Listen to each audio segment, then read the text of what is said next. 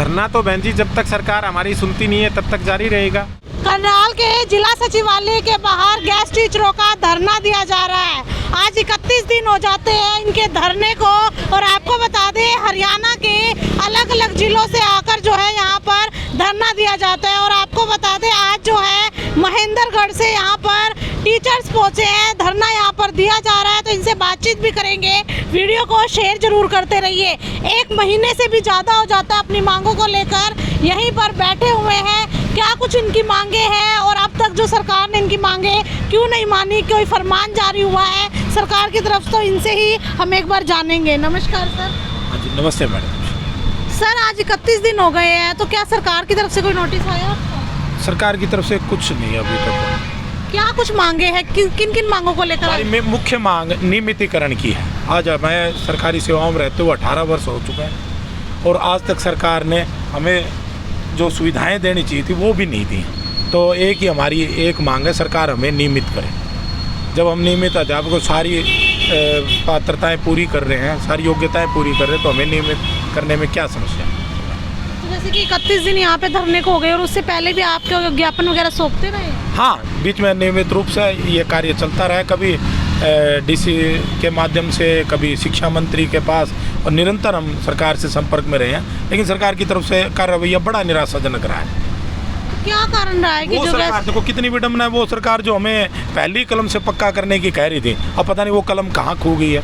अब पक्का करना तो अब एक और समस्या, अभी सरकार ने नई ट्रांसफ़र पॉलिसी बनाई है और उसमें ये वो तय किया गया है कि पहले जो है नियमित अध्यापकों के ट्रांसफ़र होंगे, उसके बाद गेस्ट टीचर्स के लिए बाद में ट्रांसफ़र ड्राइव अलग से चलाया जाएगा। तो क्यों ना हमें उनके साथ ही शामिल कर लिया जाए ट्रांसफ़र ड्राइव में?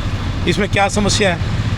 एक तो हमें वेतन कम दिया जा रहा है और दूसरा हमारे साथ इस प्रकार का अन्याय भी सरकार कर रही है। सर क्या कुछ वेतन दिया जा रहा है? सर वेतन है पीजीटी के लिए तो 46,500 और टीजीटी के लिए 39,900 और जेबीटी के लिए है 33,500। और इस वेतन आधे वेतन में भी हमें काम करते 18 साल हो गए हैं। लेकिन सरकार ने आज तक कोई ऐसा व्यू हमारे सामने रखा जैसे हमारा जो परिवार है उसका जो गुजारा है अच्छे से उसके। और आज हम स्टेज पे आ चुके हैं जहाँ पर एक एक गेस्ट के ऊपर अपने परिवार की पूरी जिम्मेवारियाँ हैं। उनके बच्चे आज क्लासों में पढ़ने के लिए आए तैयार हैं, लेकिन जब जेब की बात आप देखते हैं जेब की तरफ, तो हम उसके लिए काबिल नहीं हो पाते हैं। क्योंकि आज जो फ़ीस है, जो प्राइवेट सेक्टरों की फ़ीस है, आज एक आम आदमी के बस की बात नहीं है।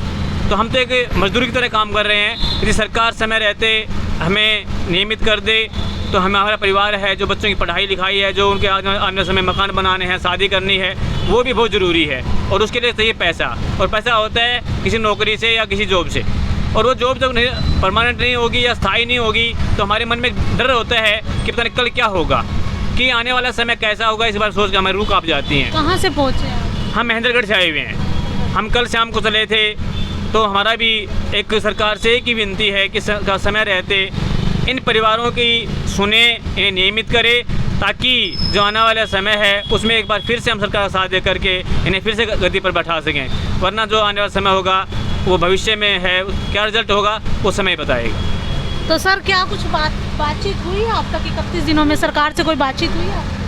देखिए बहन जी, बातचीत तो हमारा जो प्रदेश कार्यकारिणी जो कमेटी है 5 आदमियों की, उसके माध्यम से बातचीत होती हैं। सरकार के बुलावे जो है का इंतज़ार है। बुलावा अभी तक कोई आया नहीं है, मगर उम्मीद है कि अगले आने वाले समय के अंदर 3-4 रोज़ के अंदर कोई ना कोई बुलावा आएगा।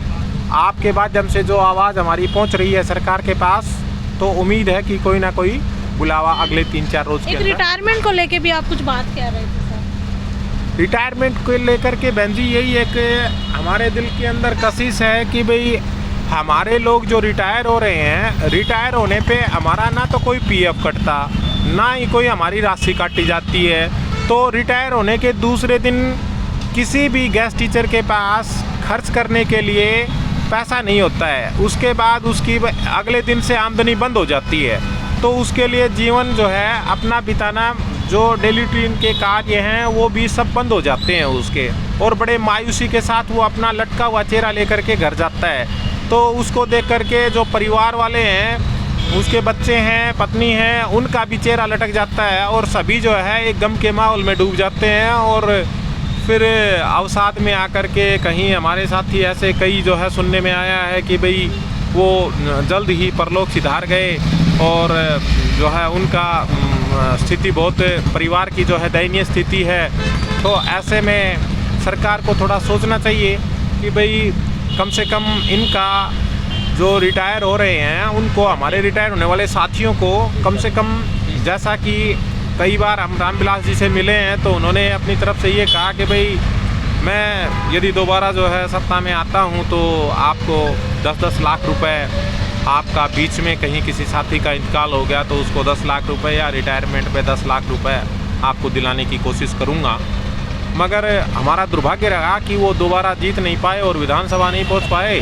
धरना कब तक जारी रहने वाला है? धरना तो बहन जी जब तक सरकार हमारी सुनती नहीं है तब तक जारी रहेगा। जब भी अनिश्चितकालीन धरना, अनिश्चितकालीन धरना है ये, तो जब तक सरकार सुनेगी नहीं तब तक ये धरना जारी रहेगा। और आने वाले समय के अंदर इसकी रूपरेखा भी थोड़ी सी हमें बदलनी होगी। तो यहाँ पर जो गेस्ट टीचर है महेंद्रगढ़ से आज पहुँचे, इनसे हमने बातचीत भी की है और आपको बता दें कि आज 31 दिन हो जाते हैं और रोज़ जो है अलग अलग जिलों से आकर करनाल में धरना दिया जाता है। और इनका कहना है कि हमारा धरना जब तक नहीं हटेगा जब तक सरकार हमारी मांगे नहीं मान लेती। क्योंकि इनका एक बात और भी कहनी है कि लंबे समय से सरकार से लड़ाई लड़ रहे हैं, सरकार से अपनी मांगों के लिए आवाज़ उठा रहे हैं, लेकिन सरकार की तरफ से अभी तक कोई भी फरमान जारी नहीं होता, ना ही सरकार कोई बातचीत हमसे करती है। तो वीडियो को साथ के साथ शेयर जरूर करते रहिए। इसी के साथ जय हिंद, जय भारत।